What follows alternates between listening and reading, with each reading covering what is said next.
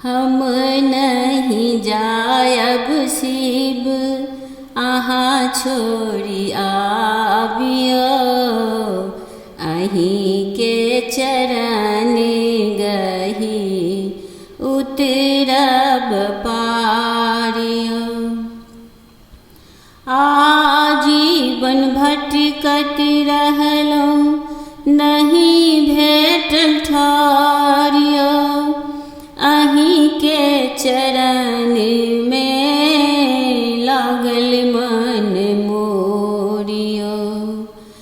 भांगे पिसब बाबा भजन करब तोरियो, बसिहा चरायब बाबा मगन भय विभोरियो।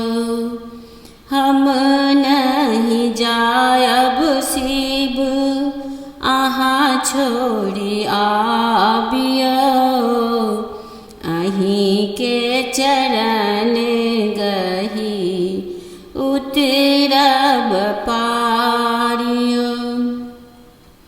कार्तिक गणपति संग लागल मन मोरियो, सेवा भाव जानल सब नगर भेल सोरियो।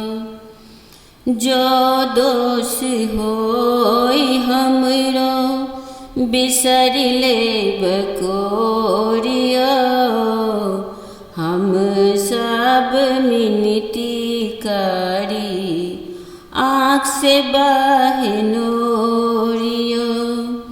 हम नहीं जायब शिव अहाँ छोड़ी आबियो, अहीं के चरण गही उतरब पारियो।